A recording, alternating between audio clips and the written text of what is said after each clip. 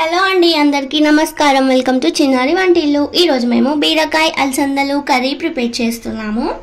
So దానికోసం బీరకాయలు cut చేసి వాటర్లో వేసేసి పెట్టుకున్నాము. అలాగే అలసందలు కూడా కడిగేసి ఒక 3-4 అవర్స్ నానబెట్టేసి పెట్టుకున్నాము.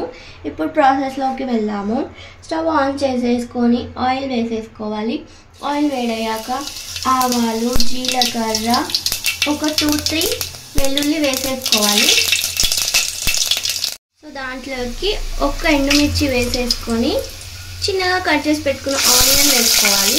సో ఇప్పుడు ఇది ఒకసారి కలిపేసుకోవాలి.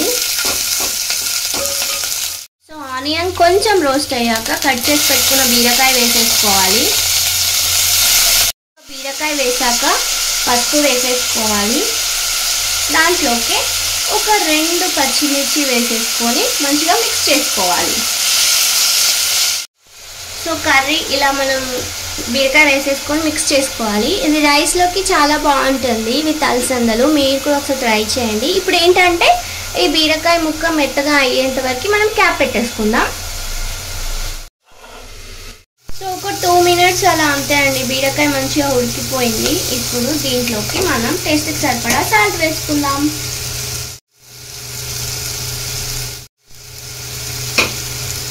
సో సాల్ట్ వేసేసుకున్నాక మనం ఇందాక ఒక 4-5 అవర్స్ నానబెట్టుకున్నాం కదండి అలసందలు, ఇవి వేసేసుకోవాలి.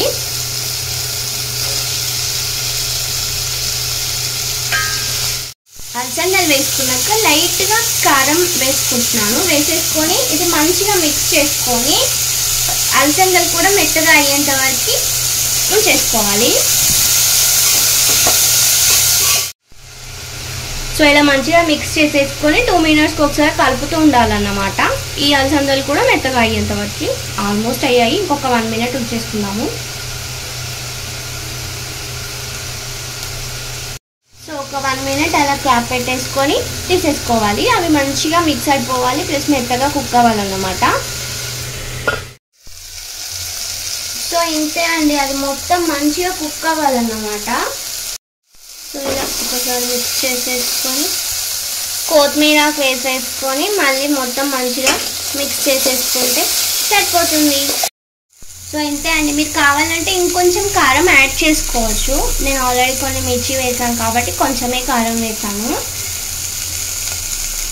సో మొత్తం మంచిగా కుక్ అయిపోయాక స్టవ్ ఆఫ్ చేసేసుకోవాలి. సో అంతే అండి, బీరకాయ అలసందల కర్రీ రెడీ అయిపోయింది. మీరు కూడా ట్రై చేయండి.